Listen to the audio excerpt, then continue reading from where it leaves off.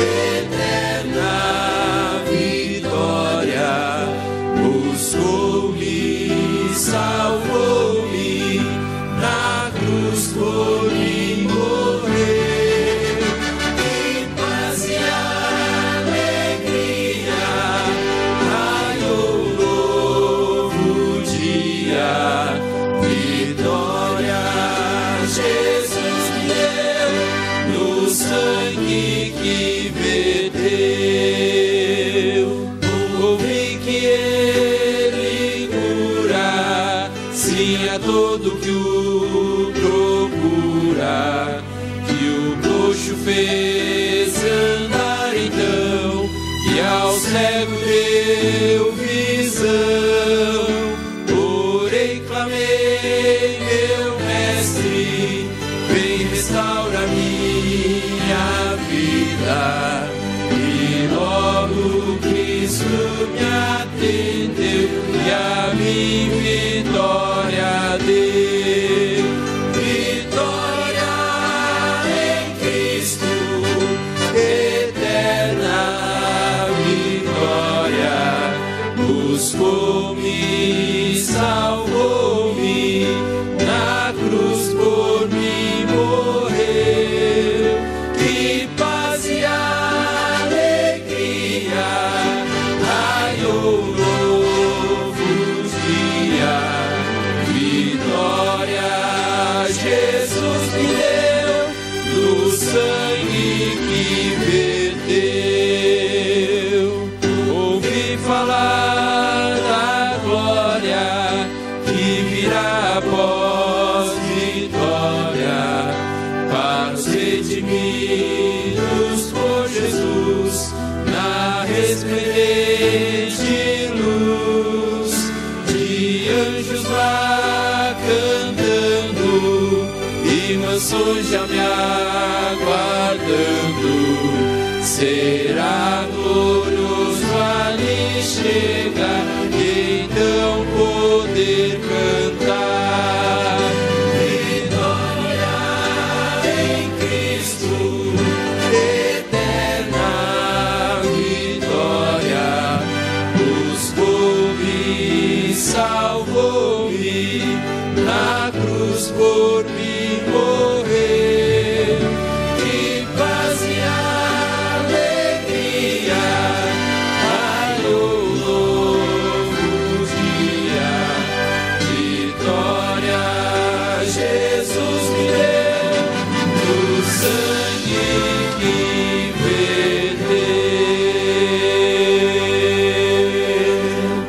verteu. Amém? Nesse momento nós vamos nos colocar em pé e confirmar essa vitória, pois o Rei vem vindo. Número 128 do nosso cenário.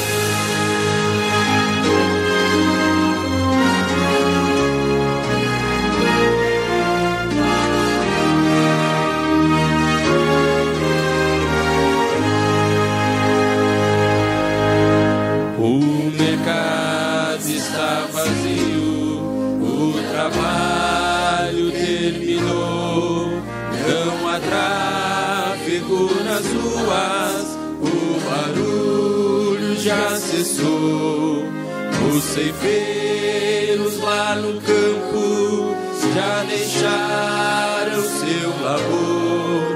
Em suspense está a terra, é a volta do Senhor. O Rei bem-vindo, o Rei bem-vindo. A trombeta está soando, os remidos a chamar. O Rei bem-vindo, o Rei bem-vindo. Aleluia, Ele vem me buscar. Ele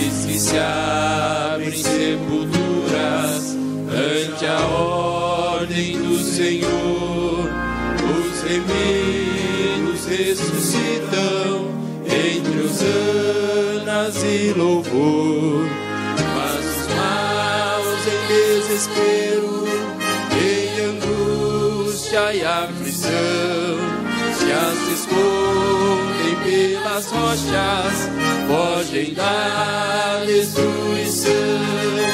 O Rei bem-vindo, o Rei bem-vindo, a trombeta está soando, os remidos a chamar.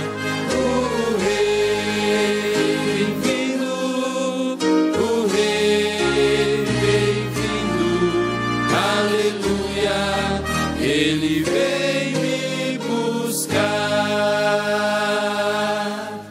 Já os salvos vão subindo, ouço o coro angelical, todo o céu está se abrindo, há um brilho sem igual. Com o som de muitas águas, nós ouvimos ecoar. Aleluias ao Cordeiro, nós já vamos para o lar. O Rei bem-vindo, o Rei bem-vindo, a trombeta está soando, os remidos a chamar. O Rei bem-vindo, o Rei bem-vindo, aleluia, Ele vem me buscar.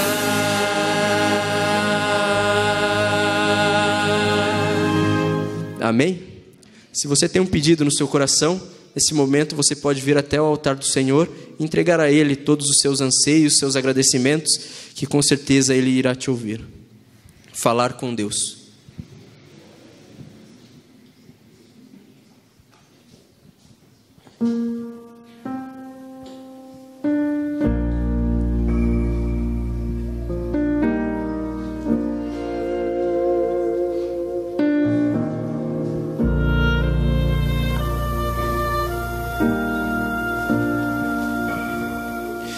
Na oração encontro calma, na oração encontro paz. Orar a Deus faz bem a alma, falar com Deus me satisfaz.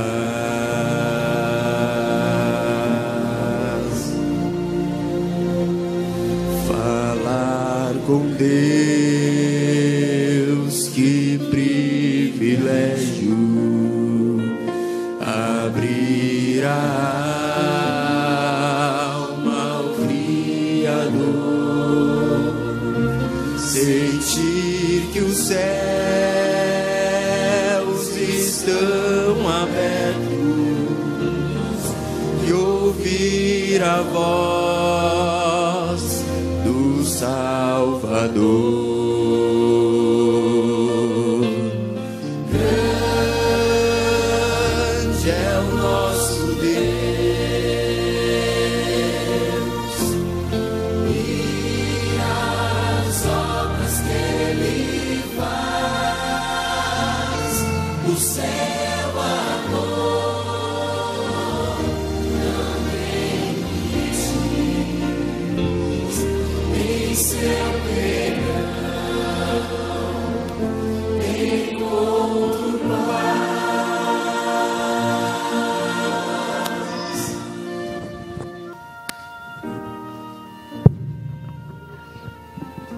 Esse é o momento de nós abrirmos o coração ao nosso Deus, carentes e necessitados que somos da sua graça e das suas bênçãos.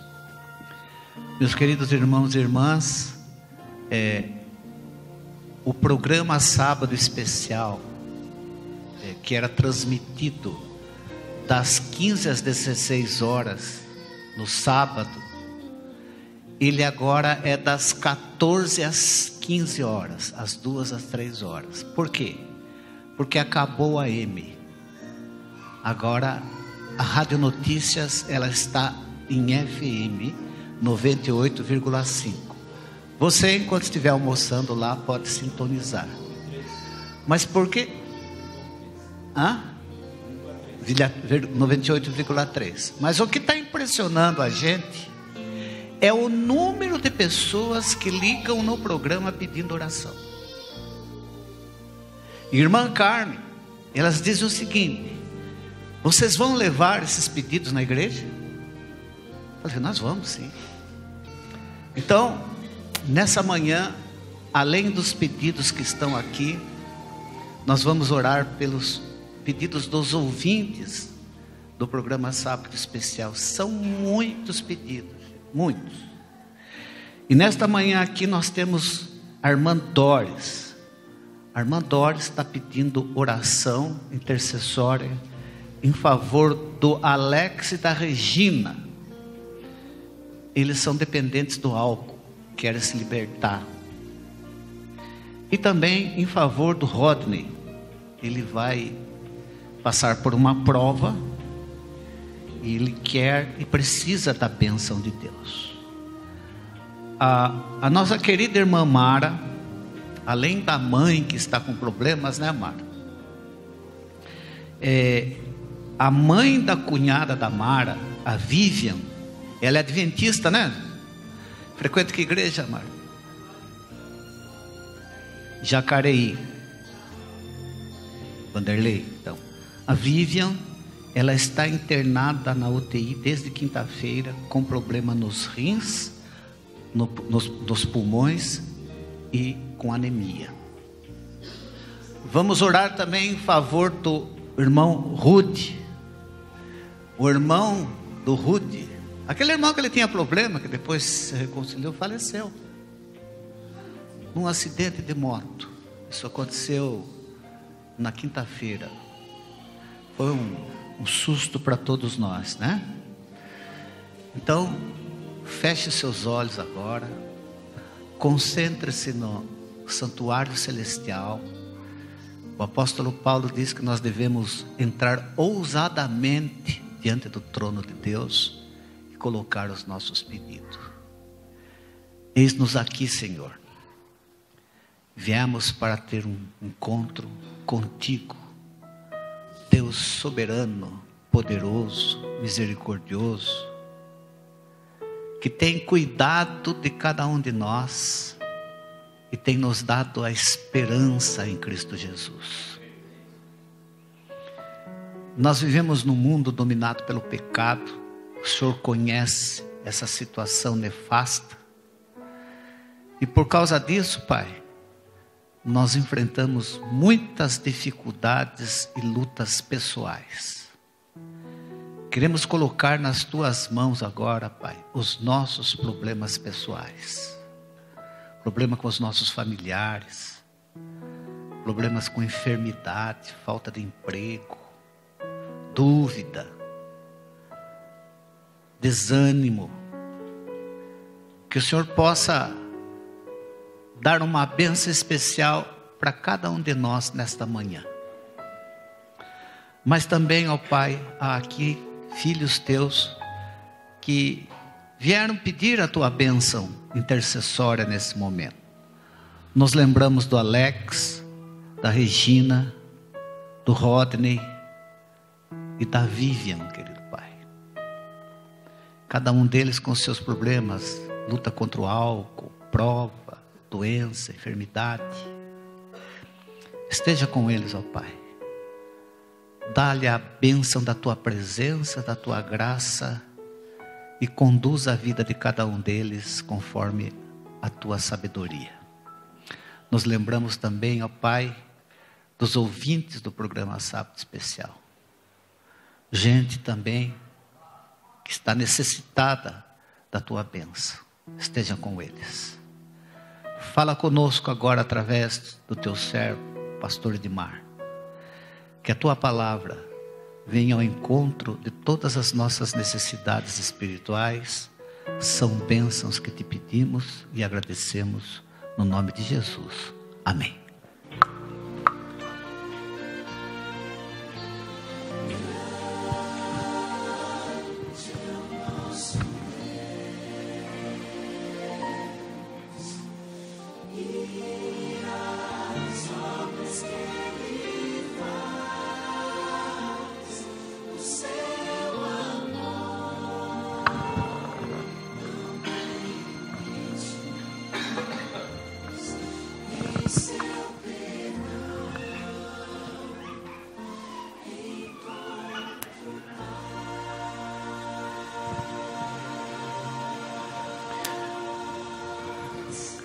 Olá, irmãos, bom dia.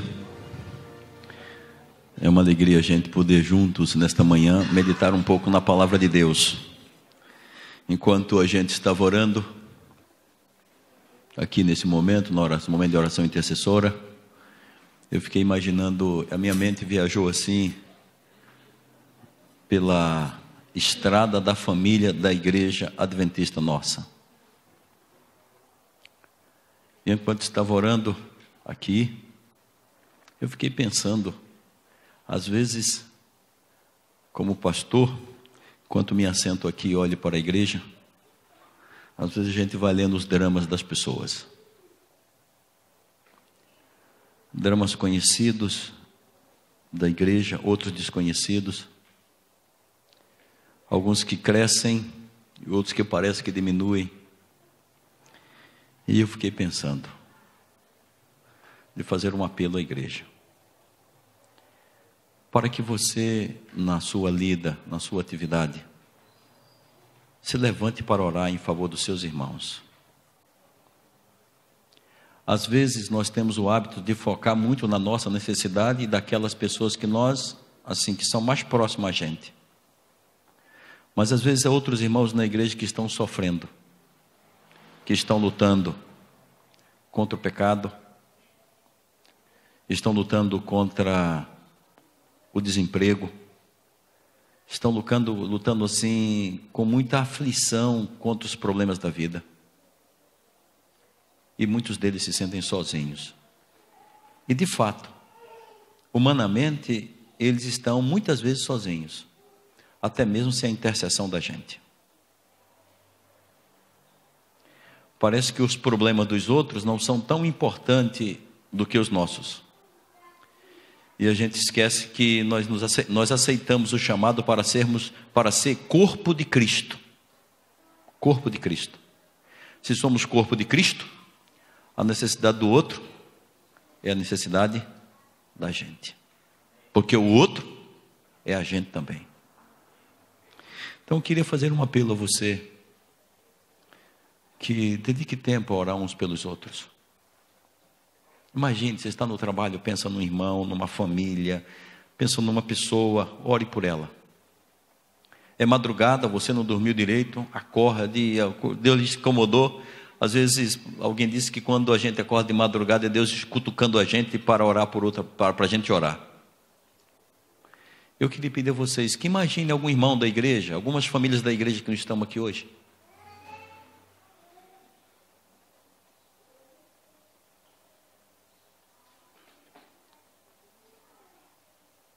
Para você orar.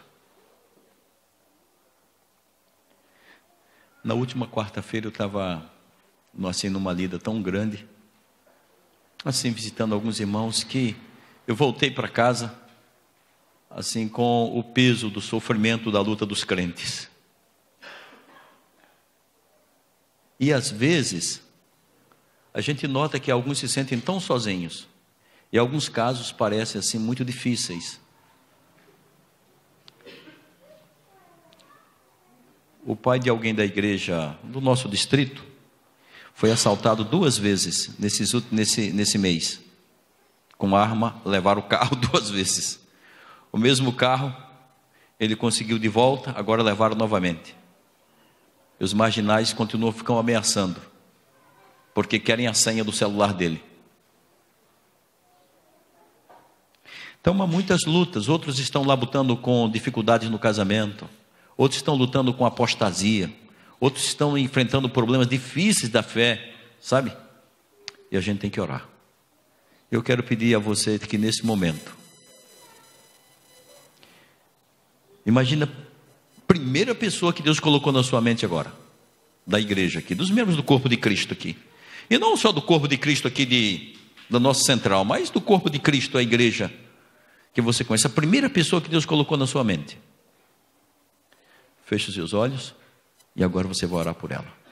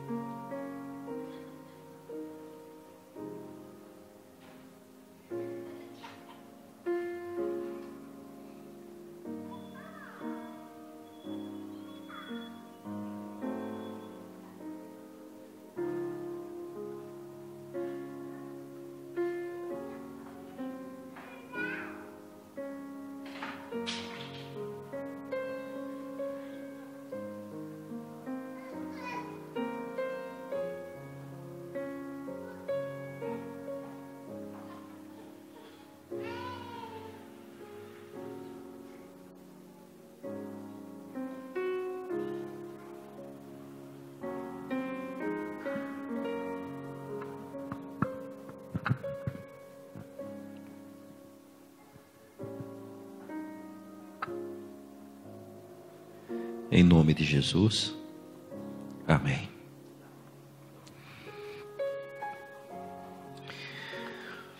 Gosto de ler as histórias da Bíblia, não é? E talvez por isso eu gosto muito do participar com os juvenis ali. Hoje eu estava com os juvenis ali, com a irmã Sônia e o Alexandre. Nossa, enquanto eles estavam compartilhando a lição, eu viajei no tempo. Eu me achei quando juvenil na igreja, aprendendo, assim, discutindo, aprendendo, participando, e a minha mente borbulhando e pegando as informações que acabaram moldando em boa parte a minha formação cristã. Que Deus abençoe o trabalho daqueles que, cada vez mais o trabalho dos que ministram aos juvenis, com suas mentes assim, buscando conhecimento, e as áreas todas do Ministério da Criança. Gente, é extraordinário, é gostoso demais, não é? É gostoso demais. Enquanto eles falavam ali, eu fui olhando o meu progresso espiritual em algumas áreas que estavam discutindo ali, não é? Durante essa jornada da minha vida. Coisas que para mim muito cedo era desafio. E hoje assim são coisas que ficaram para trás. Deus abençoe vocês. Foi muito bom estar com vocês ali na classe, viu? Foi gostoso demais. Ainda tomamos quase toda a água que tinha no bebedouro ali no filtro, viu? Foi legal. E eu quero dizer para você que meu paletó ainda tem algumas manchas assim, mas foi porque eu me encostei no giz que estava na parede lá, e eu fiquei pintado, estava marcado com giz aqui, ok? Eu gosto das histórias, sempre me apaixonei pelas histórias. Eu gosto de ler as histórias da Bíblia, e eu fico lendo, e eu gosto de, quando eu leio sobre as histórias, viajar no tempo e preencher aquelas lacunas que a vida de hoje nos permite imaginar do que possivelmente poderia ter acontecido. E eu gosto muito de ler a Bíblia, as histórias, e eu gosto também das histórias dos Salmos. Eu acho que o Salmo assim, eu me encanto quando eu leio um Salmo, e eu vou pesquisando, e eu acabo descobrindo o que de fato aconteceu, como aquela que contribuiu para que aquele salmo fosse escrito. Eu me lembro que quando eu li o Salmo 11, e vendo o espírito de profecia, e os elementos que estavam por trás dele, me fizeram assim um bem gostoso. Mas eu acabei descobrindo também que quando eu leio os Salmos têm essa riqueza de contar as histórias do passado, Mas o Salmo tem também a riqueza de criar novas histórias quando a gente lê o Salmo. Porque quando a gente lê o Salmo, ele acaba sendo a história da gente. Ok, você conhece alguém que estava aflito, desesperado, e às vezes foi consolado com o Salmo. Os grandes homens de Deus no passado, eles decoravam os Salmos. Disse que, esse Salmo que eu gostaria de a gente refletir sobre ele esta manhã, os personagens bíblicos, como John Wesley, ele nos momentos últimos da sua vida, ele ficava repetindo um versozinho do Salmo. Os homens de Deus, quando enfrentaram os desafios, quando Martinho Lutero estava enfrentando a perseguição, a luta, defendendo a verdade contra o poder romano que se estabeleceu ali, ele lendo os salmos, era inspirado, e ele construiu até música para os salmos, que dava confiança a ele. Quando eu medito nos salmos, eu tenho um salmo que tem sido, é da minha predileção, e eu acho que você tem um salmo, eu não sei se já aconteceu com você, você gostava dessa parte de um salmo, aí de repente mudou o tempo, você começou a gostar de outro salmo, porque as circunstâncias modificaram, não é? E eu confesso que neste salmo eu comecei a refletir muitas vezes, e eu recebi um estímulo muito saudável para começar a decorar e meditar neste salmo. Eu gostaria de convidar você para a gente refletir sobre esse salmo, e eu gostaria de que você começasse a pensar, porque esse salmo eu já li ele assim, de cima para baixo, de baixo para cima, e eu notei que não há diferença, é uma história que não tem diferença. Ele do versículo 1 até o último versículo, tem um impacto. Se ler do último versículo até o primeiro, não altera a nossa compreensão do salmo. Um dia desses, eu e alguns colegas pastores dedicamos ali quase 2 horas meditando e discutindo sobre esse salmo, conversando o impacto dele na vida da gente. E eu gostaria de convidar você a abrir a sua Bíblia no Salmo de número 46. Salmo de número 46. Esse Salmo 46, Ellen White diz que será um salmo que os santos filhos de Deus, no momento da perseguição final, eles vão usar, que vai trazer muito conforto para eles. Ela menciona isso no livro Com Grande Conflito, a página 639, página 639, ela escreve sobre esse salmo. Ela diz que os filhos de Deus, no momento final da história da humanidade, eles estarão cantando, quando houver a perseguição, na aflição, eles vão cantar esse salmo. E eu fiquei pensando comigo, qual será a música que eles vão colocar nesse salmo? Talvez a música que colocou Martinho Lutero? O meu avô era um homem muito simples, não era bom de música, e também não sou, eu herdei essa coisa dele, mas ele tinha um hábito que a gente achava engraçado. Ele pegava o inário, e ele ficava sozinho colocando letra nos hinos, e ele cantava de modo tão diferente do que era de fato, que nós conhecemos, que o autor, que o pessoal preparou a música, que às vezes a gente ficava rindo do meu avô, mas ele sentava ali cantando os hinos do jeito dele. E eu às vezes tenho alguns momentos do meu avô, o salmo, eu começo a cantar o salmo sozinho. Eu começo a botar música no salmo, porque eu não sei qual foi a música que eles colocaram, não tinha gravador, eu começaram a cantar sozinho, e vou cantando ali sozinho, colocando o que eu imagino que seja a música para esse salmo, a minha música. Porque os salmos, eles são instrumento de louvor. Esse salmo, se você observar, ele tem 3 estruturas básicas. A primeira é o versículo 1, aí depois você vai para o versículo 7, e depois você vai para o versículo 11. Eu diria assim, são as palavras de apoio desse salmo. Esse salmo já começa com uma declaração assim muito forte, e quando a gente vê a declaração, ela acaba se discorrendo depois da declaração em todo o salmo, até o versículo de número 11. Esse salmo,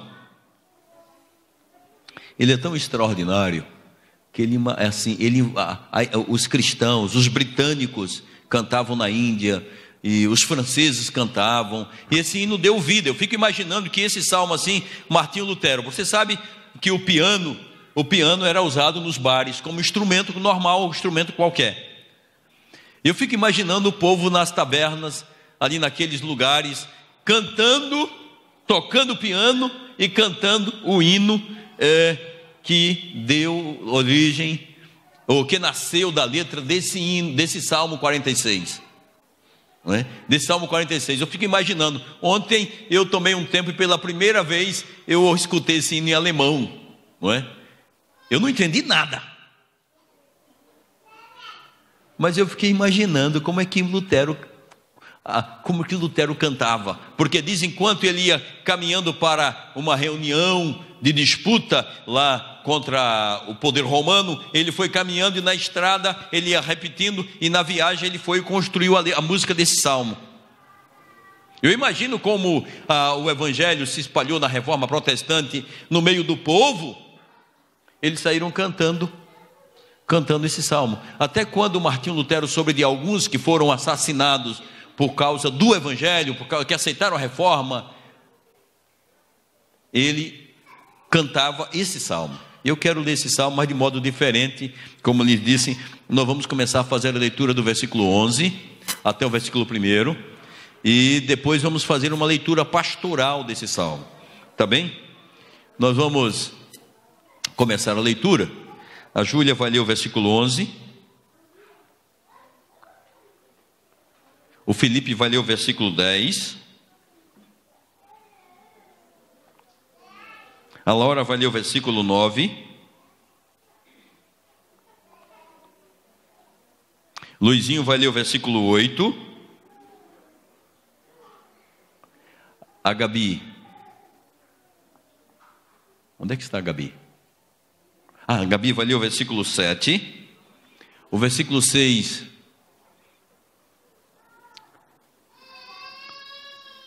quem vai ler é o Johnny, o 7, o 6 é o Johnny, o 5 é a Thalita,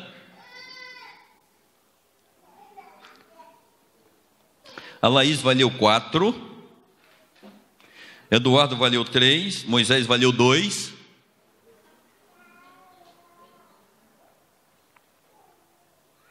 vai ler o número 1. A Graziane vai ler o versículo 1. Acharam? Então o que você faz? Eu quero que você, vamos na ordem. Você vai abrir o versículo 11, por exemplo, vai levantar, ler e depois se assenta. E o outro automaticamente vai lendo até que a gente chegue ao versículo 1, ok? Vamos ler o contrário, tá bem? Nós vamos ler o contrário e depois nós vamos fazer uma releitura pastoral do modo do 1 ao 11. Pode ser assim? Vamos lá.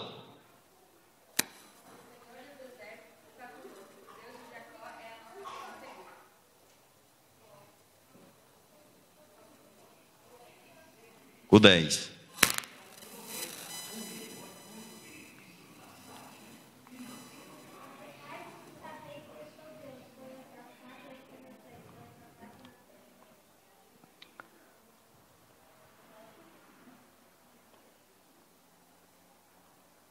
Quem está com 9?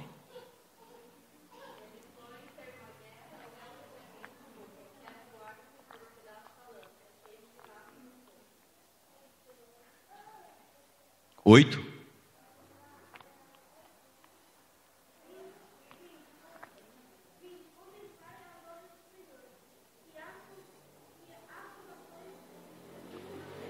Sete.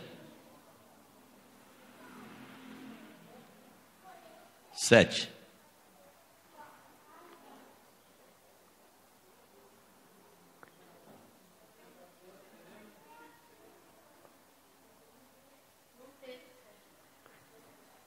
Então leia, Vinícius.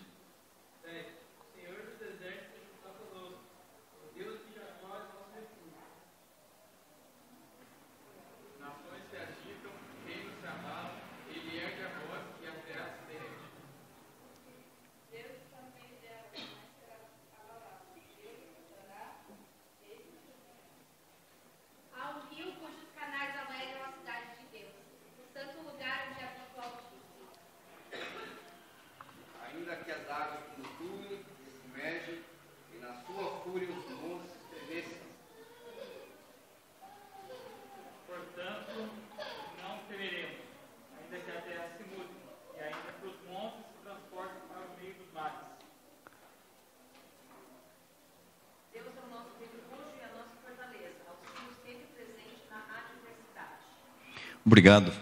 Sempre que leio esse salmo, eu anotei na minha Bíblia, você há de perceber aqui, eu já mostrei, já falei sobre esse salmo algumas vezes, já preguei, mas na minha Bíblia, se você puder alcançar, eu já risquei ele diversas vezes. Parece que quando eu leio esse salmo, ele começa novo para mim. E eu invento formas de ler esse salmo para que eu vá compreendendo. Às vezes dedico tempo a um verso, às vezes ele é o contrário, e eu vou aprofundando a minha compreensão nesse salmo. E quando eu leio esse salmo, eu sempre faço uma pergunta no primeiro versículo: que tipo de pessoa necessita de um refúgio? Que tipo de pessoa necessita de um refúgio? Alguém aqui já viu algum refúgio? Uma fortaleza? Alguém já viu, além dos filmes, já viu pessoalmente uma fortaleza física, um refúgio físico? O senhor já viu? Onde o senhor viu? Na praia.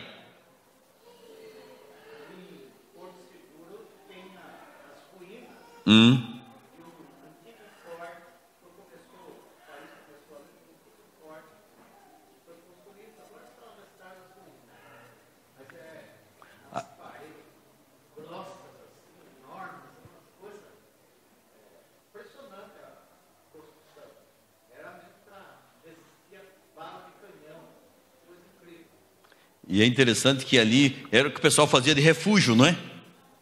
E é interessante que também que quando a gente lê aqui, o salmista, quando introduz, ele introduz nos modelos de refúgio e fortaleza que ele tinha naquela época, as cidades com muros enormes, com segurança, com proteção, e onde as pessoas se refugiavam, corriam para ali.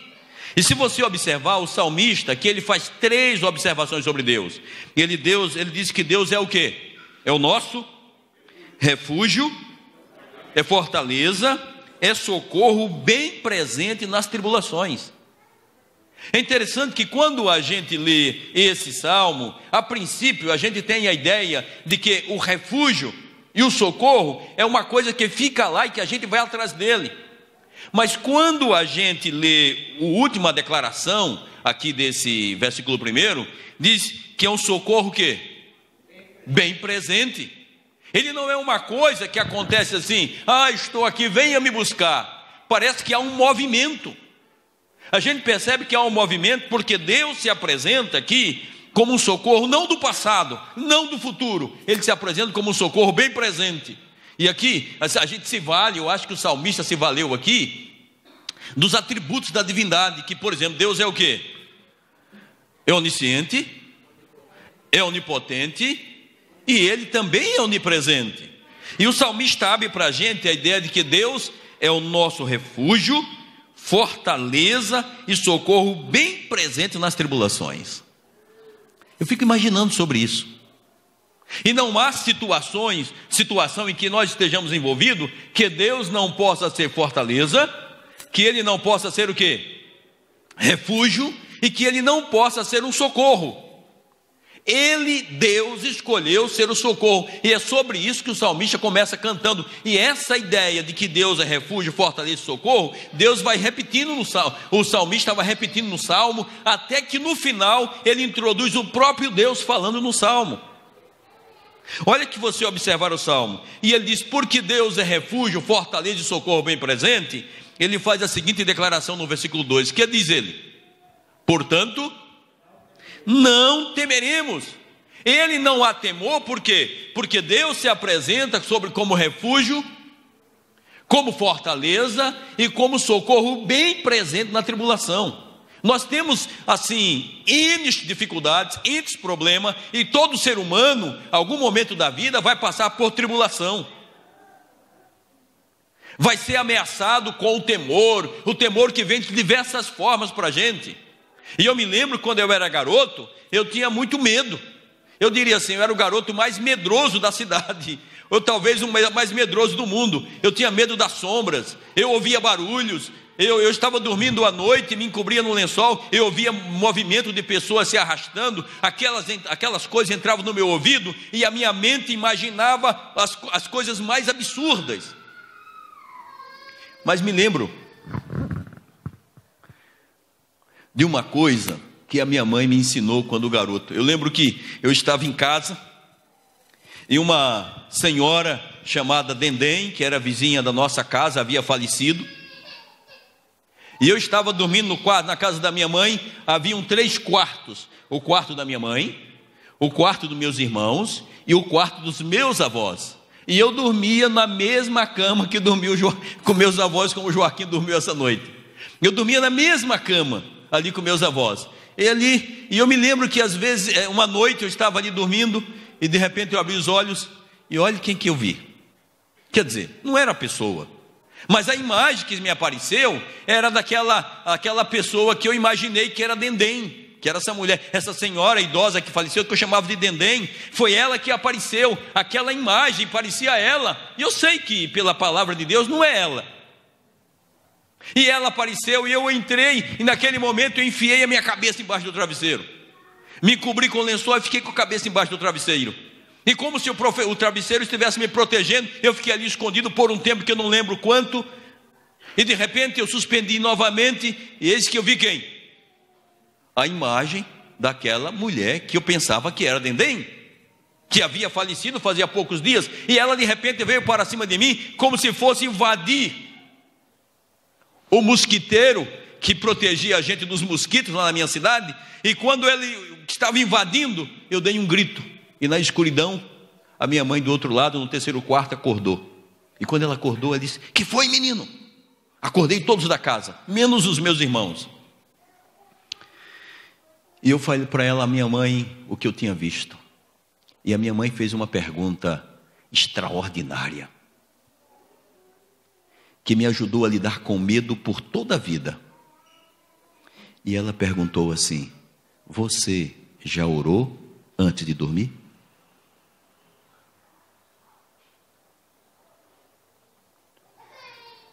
E eu orei. E eu gritei para elas: "Não, mãe, não orei." E ela falou assim: "Então ore e venha dormir comigo aqui." E a coragem agora para sair do quarto, passar a porta do quarto dos meus irmãos e chegar ao quarto da minha mãe. A minha mãe não se levantou para me buscar, mas eu orei e eu fui. Aquele que se diz ser o nosso socorro, aquele que se diz ser a nossa fortaleza, aquele que se apresenta como nosso refúgio, como nosso socorro bem presente, ele nos coloca em nós uma disposição para enfrentar os problemas, as dificuldades, mas com a certeza de que não temeremos. E não temeremos por quê? Não é porque eu sou valente, porque eu sou competente, porque a minha estrutura emocional, a minha estrutura física, minha estrutura financeira, a minha estrutura pessoal, ela consegue enfrentar o perigo. A Bíblia diz: não temeremos, porque Ele está conosco. E olha como o salmista introduz. Ele apresenta assim a tribulação, o caos no mundo natural, e depois ele estabelece o caos no mundo nos relacionamentos humanos. E olha o que ele diz, olha como ele introduz: portanto não temeremos, ainda que a terra, olha o que diz, se transtorne e os montes se abalem aonde? Agora, o que gera quando o monte se abala no céu, quando os montes se abalam? Porque se você observar, montes aqui é a ideia de algo estável.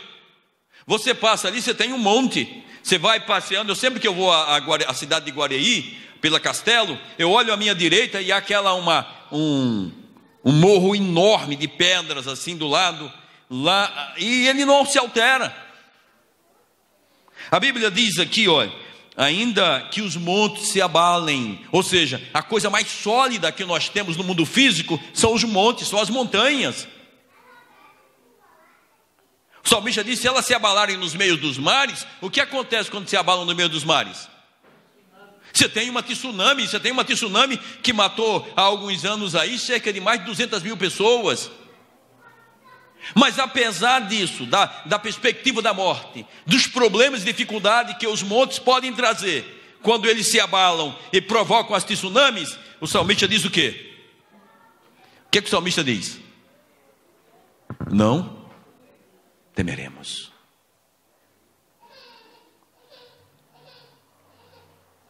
A mensagem desse salmo, ela é uma mensagem extremamente poderosa. Porque ela nos desafia a confiar em Deus apesar das circunstâncias. Elas nos desafiam a confiar em Deus apesar dos problemas. E ele diz mais o Salmo, aí no Salmo repete ainda. É como se o Salmo estivesse dizendo, olha, está chegando, os montes desabaram, vem um tsunami, o que ele diz? Ainda que as águas tumultuem e espumejem, e na sua fúria os montes se estremeçam, ele diz, não temeremos. E ele apresenta no versículo 4 a razão simples. O que diz no versículo 4? O que diz no versículo 4? Há um rio cujas correntes alegram a cidade de Deus. Eu fico olhando essa observação aqui da palavra. Observe você tem o mar, olha ao lado, você tem o mar acabando com tudo, tsunami do outro lado, e de repente o salmista introduz o quê? O rio de água viva aqui, que vem da cidade de Deus. Ele diz, há um rio cujas correntes alegram a cidade de Deus. Enquanto ao redor está o caos, o tumulto, a gente lê no Salmo, ele diz assim, há um rio aqui cujas correntes, as ideias de correntes aqui, é a ideia de canais, onde a água passa e mata e satisfaz a sede das pessoas. E ele diz uma coisa linda, olha o que ele diz, o santuário das moradas de quem? Do Altíssimo. Eu fiquei, quando eu li esse pedacinho aqui, eu tive um pensamento assim, porque vejam, a gente sabe que primariamente a aplicação desse salmo é para a realidade de quem? De Israel. Aqui ele está falando da cidade santa aqui de Israel, de Jerusalém, lá da cidade de Jerusalém, naqueles dias. Mas me escapa um sentimento aqui, um pouco diferente, que eu faço uma aplicação mais espiritual na leitura do texto. Olha o que diz, uma aplicação mais homilética, que diz, o santuário das moradas do Altíssimo. Aí a minha mente viaja lá para 1 Coríntios capítulo 6. Olha, pegue a sua Bíblia. Coríntios 6. Olha o que diz Coríntios 6. 1 Coríntios capítulo 6.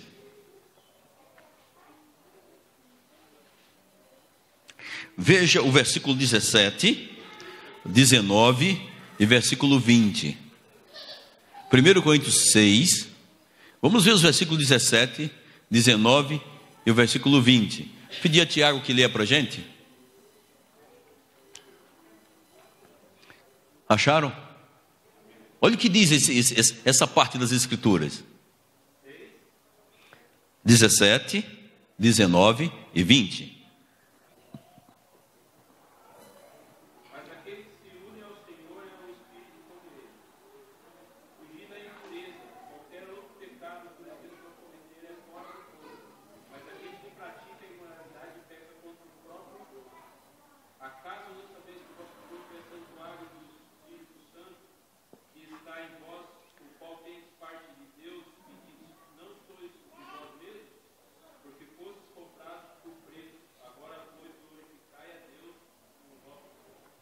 Olha o que diz a Bíblia.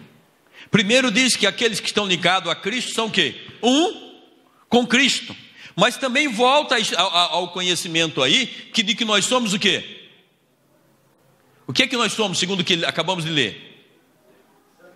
Nós somos santuários de Deus, ou seja, nós somos santuário de Deus. E quando a gente leu, quando eu li o versículo 4, numa aplicação espiritual, olha o que me escapou aos olhos. Há um rio cujas correntes alegram a cidade de Deus, os santuários das moradas do... O mundo está em caos, mas eu, por ser santuário de Deus, eu acho bonito que até Jesus fala, rios de água vivas sairão da gente. Então, a gente entende pela palavra aqui, que quando estamos em Deus, embora o mundo esteja em caos, o Senhor está conosco, nos trazendo paz e segurança e confiança nele. Há um rio, você tem um tsunami enorme ao redor, mas como a gente que está no refúgio seguro, que é o próprio Deus, ele nos dá tranquilidade e paz. E eu me lembro de um professor meu, o pastor Kursman, pela primeira vez ouvi essa declaração dele. Ele disse assim: paz não é ausência de guerra.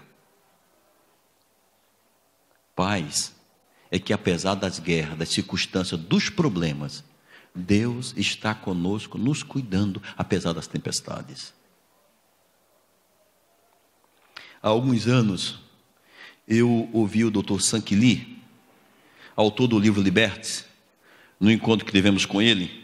Ele contou uma história que foi uma história assim que mexeu comigo, me ajudou. É por isso que eu digo que as histórias me ajudam a formar a minha jornada, me conduzem melhor à minha maturidade espiritual.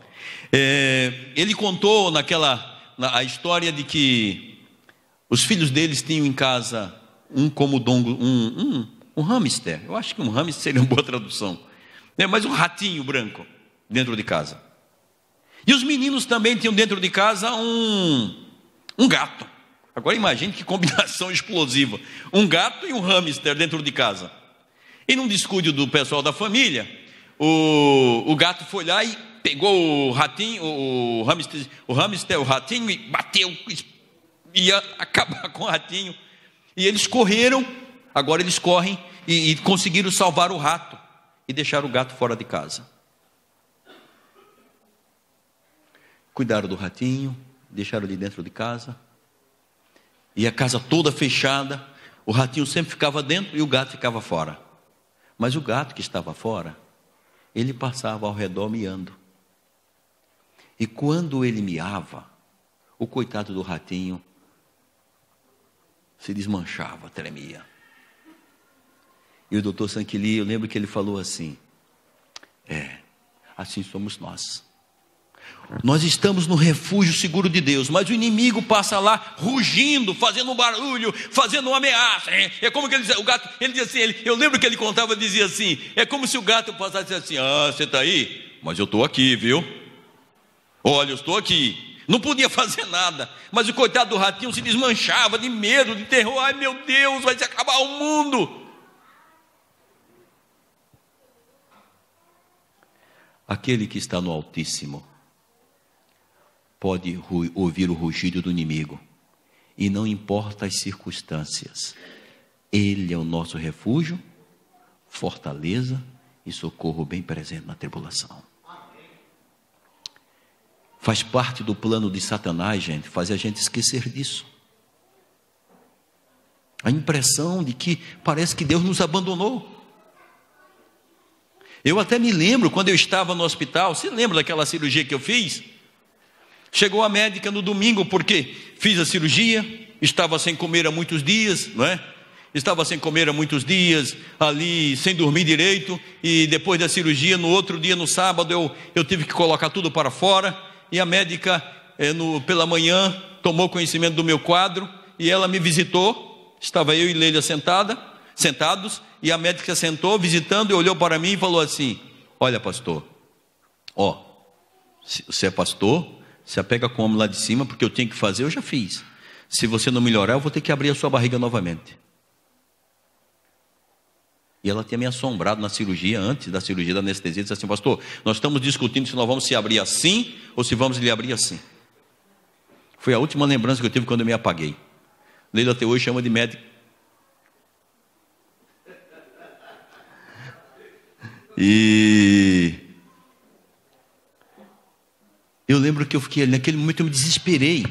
Leila disse que olhou nos meus olhos e se assombrou, porque parece que o mundo eu estava sozinho, estava perdido. Eu imagino, você já viveu uma situação como essa? E no meu desespero, que eu olhava para a direita e parecia, o meu temor de abrir novamente era maior do que a minha confiança em Deus naquele momento. E no meu desespero eu falei, Leila, peça ao pessoal para orar. E ela mandou uma mensagem para os meninos e compartilhou uma mensagem ali, porque eu estava desesperado, havia desespero em mim.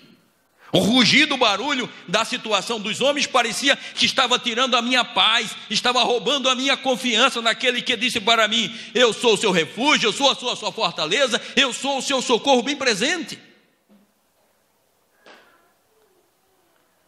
E me lembro como ele respondeu, de modo que me impactou. Dali mais um pouco, um homem bateu a porta do apartamento lá no hospital onde eu estava, e quando abriu, ele me viu e falou, amigo, posso entrar? E esse homem entrou, e quando ele entrou, ele percebeu que Leila estava ali agora, ele falou, pensei que o amigo estava sozinho. Eu vi o amigo tão abatido, andando aqui nos corredores. Imagine, eu perdi uns 10 quilos. Quer dizer, dizem hoje que para eu ser magro, ainda falta uns 10 quilos, né? Imagine naquela época. Então quando ele entrou, se sentou comigo e disse: eu te vi no corredor, você estava muito abatido. E ele entrou para conversar comigo. E ele começou a conversar comigo. E enquanto ele conversava comigo, ele perguntou: o que o amigo faz? O que o amigo tem? Eu contei para ele: o que o amigo faz? Eu disse: eu sou pastor.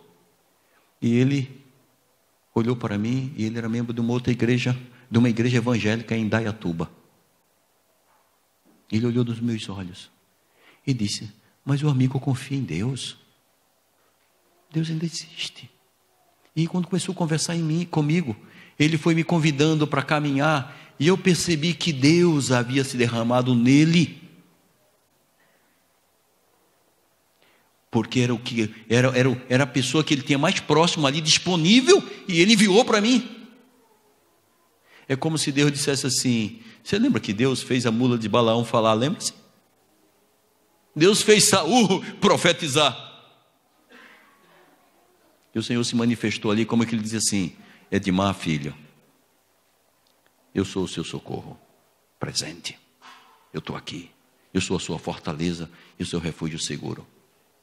E depois que aquele homem estava ali conversando, eu me lembrei que eu nunca estive só, por causa que Ele é o meu Senhor, e Ele disse: não temeremos. Talvez, amado, você esteja enfrentando dificuldades, mas quando você olha, eu quero convidar você para a gente fazer uma viagem rápida no restante do Salmo. Olha o que diz o Senhor. Olha o versículo 5.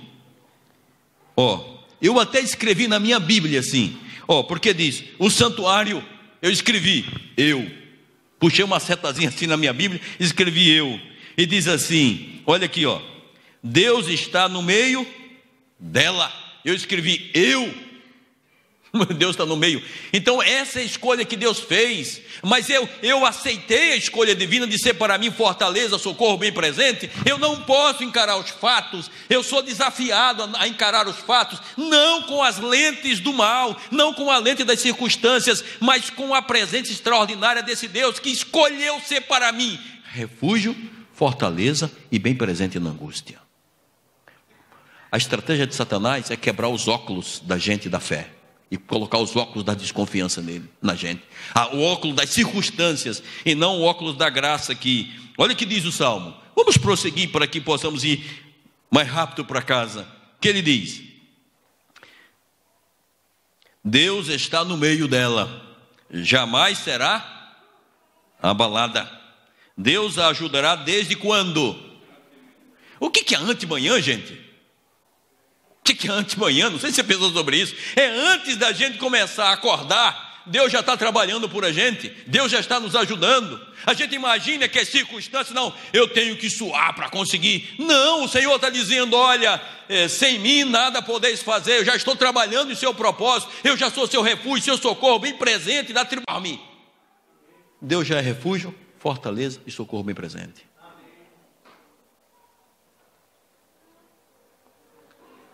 Veja o que diz. Aí parece que aí vem as tempestades no mundo dos relacionamentos. O Senhor diz o quê? Bramam nações, reinos se abalam, mas o Senhor faz o quê? Ou a sua voz e a terra se... Aí você tem na metade, no Salmo, versículo 7, você tem uma declaração extraordinária. O que o povo canta? O Senhor dos exércitos está conosco, o Deus de Jacó é o nosso refúgio. Aí parece que os anjos, o universo diz assim: olha, vinde, venham, contemple as obras do Senhor, que assolação fez ele na terra. Ele põe termo à guerra, até os confins do mundo, as guerras internas que nós temos, sabe? As guerras, as tribulações que a gente tem dentro da gente, ele acaba com essas guerras. Os conflitos que a gente carrega, ele tem o poder de fazer isso. Os conflitos entre as pessoas, ele tem o poder de fazer isso. E ele faz isso. E o salmista diz mais ainda, até os confins do mundo. E aqui é os confins do mundo, né? Começando lá do Oriente, aqui é os confins do mundo. E saindo daqui para lá é os confins do mundo. Mas Deus, ele estabelece a paz. Ele quebra o arco e despedaça a lança. queima os carros no fogo. E quando ele diz isso, para mim tem um trecho aqui que me parece aqui, que Deus... Aí o salmista, pelo Espírito Santo, é como o Senhor diz assim: me deixa eu entrar, eu estou aqui, vão me ver aqui presente. Estão falando ao meu respeito do que eu estou fazendo. É como se ele estivesse distante, o Senhor, e ele se aproxima. E quando ele se aproxima, eu não sei aqui, você que tem muitos filhos, 2, 3, alguma vez os meninos estavam fazendo uma bagunça aqui, brigando entre eles, e você se aproximou deles e olhou para ele e falou assim: ei, calma, deixa de brigar, acabou tudo, silêncio, arruma os brinquedos, faça isso. Já aconteceu assim com você? Então eu imagino, quando eu leio esse verso aqui, que Deus entra no cenário aqui, e há uma bagunça, um caos ao redor no mundo, e o Senhor diz assim: o que o Senhor diz? Aquietai-vos, fiquem quietos, saibam que eu sou Deus, ou seja, conheçam o que eu já fiz. Olha, vocês estão desesperados, olha o que eu já fiz. Sou exaltado entre as nações, sou exaltado na terra. E quando o Senhor termina de declarar isso, o povo que é servo do Senhor, aqueles que estão sob o seu refúgio, aqueles que estão sob a sua fortaleza, aqueles que estão desfrutando do seu socorro bem presente, se unem e cantam: o Senhor dos exércitos está conosco, o Deus de Jacó é o nosso refúgio. E eu fico pensando sobre isso. Parece que eles entram correndo assim, e eles: gente, chegou, olha, Deus, olha, já aconteceu com você, de você estar em casa e de repente, quando era menino, o seu pai chegar, a sua mãe chegar? E quando ele está se aproximando do seu pai e a sua mãe, como é que você fica? Feliz. Então parece que o personagem, o autor dos Salmos aqui, quando ele escreveu, ele deixa esse espírito aqui, que eles começam a gritar assim: uau, já pôs ordem no universo, pôs ordem no mundo natural, pôs ordem nos relacionamentos, no mundo social, estabeleceu ordem no universo. E quando o Senhor diz: fique quieto, já organizei tudo, não tenham medo, não se assombrem, eu estou no controle do universo, está na palma da minha mão, eu já disse, tudo está resolvido. Aí as pessoas dizem: o Senhor dos exércitos está conosco, o Deus de Jacó é o nosso refúgio. E sabe, nós vivemos numa época em que a nossa mente não tem sossego. A gente vive numa mente tão atribulada, a gente fica vendo imagens, a gente tem imagem todo o tempo, a gente fica no WhatsApp, fica nas redes sociais, a gente não tem tempo para ficar quieto, para ver as obras de Deus. A gente não tem tempo para entrar no silêncio do coração da gente e dizer: não, eu não vou usar o WhatsApp, eu não vou usar a televisão, eu não vou usar jornal, eu não vou fazer nada, eu vou meditar nas obras de Deus. A gente não tem tempo para isso. A gente não tem tempo para ler a Bíblia. Muitas vezes, quando estamos lendo a palavra, é simplesmente pegar a palavra: eu tenho que cumprir minha tarefa, leio um salmo, leio um trecho da Bíblia e vou trabalhar. Quando a gente faz isso, e a gente vai trabalhar esquecendo de tudo isso. Mas o Senhor volta com a ideia assim: mas fique quieto, olha o que eu já fiz. Ellen White diz: não precisamos temer o futuro, a menos que nos esqueçamos como Deus nos guiou aonde? No passado. Deus foi sua fortaleza e socorro bem presente na tribulação no passado. Ele se apresenta agora. O meu apelo, o meu desejo é que você tome tempo para refletir e meditar nas obras do Senhor.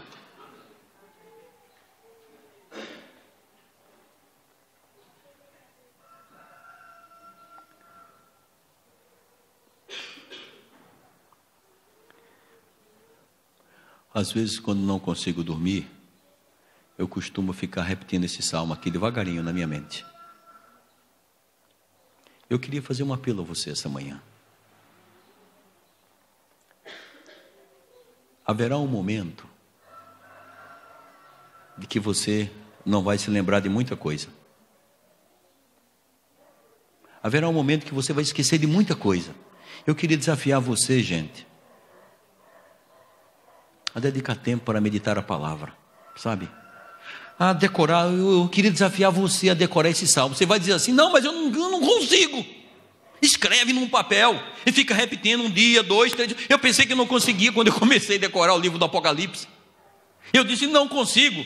E eu começava repetindo, imprimia, coloco no bolso, de noite fico repetindo, e é gostoso, é como os animais fazem. Diz que alguns animais, quando você come, quando você se alimenta por exemplo, o boi, ele come e depois ele faz o quê? Ele fica mastigando, devolve do estômago e vai mastigando. Eu quero desafiar que você faça isso, porque Deus é o quê? O que é que Ele é para nós? Refúgio, fortaleza e socorro bem presente na angústia e na tribulação. Quantos de vocês, pela graça de Deus, gostaria de pedir ao Senhor que o ajude a tomar posse dessa promessa? Feche seus olhos nesse momento. Feche seus olhos. Em que área da sua vida você gostaria que o Senhor tomasse posse da sua mente? Pense. Em que área? Segurança quanto ao futuro? Casamento? Saúde? Namoro? Trabalho?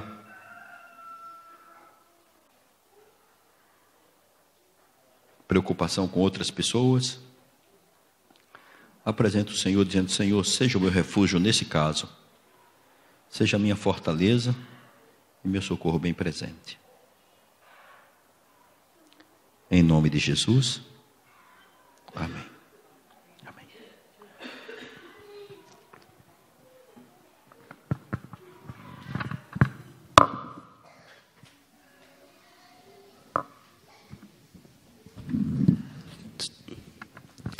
Nesse momento, para o encerramento do nosso culto, vamos nos colocar em pé e cantar o hino de número 33, Castelo Forte.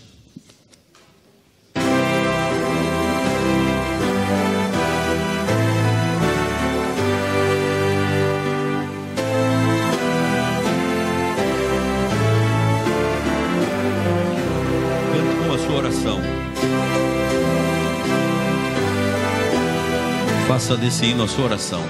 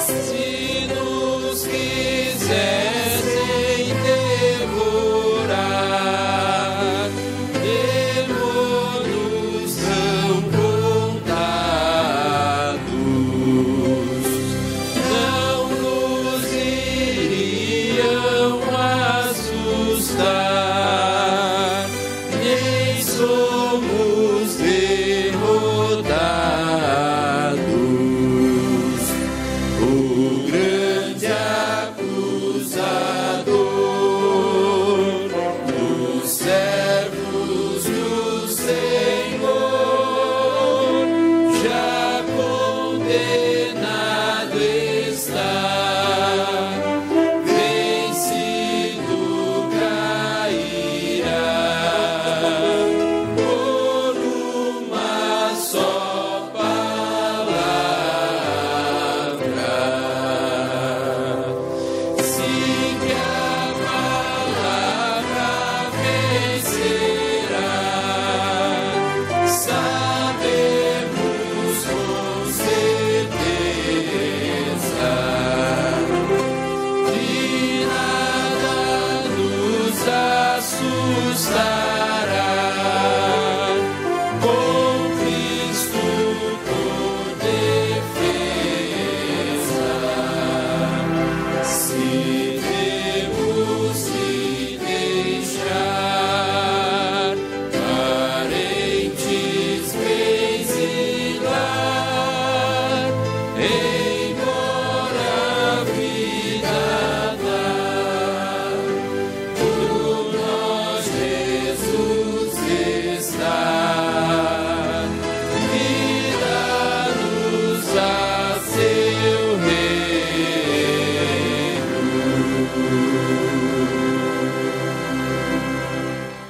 Amém, amém e amém. Senhor, nos leve para casa e na lida da vida, na realidade nossa, encha o nosso coração com a certeza de que és todo o tempo nosso refúgio e nossa fortaleza e nosso socorro bem presente. Te oramos em nome de Jesus. Amém. Permaneça em mim.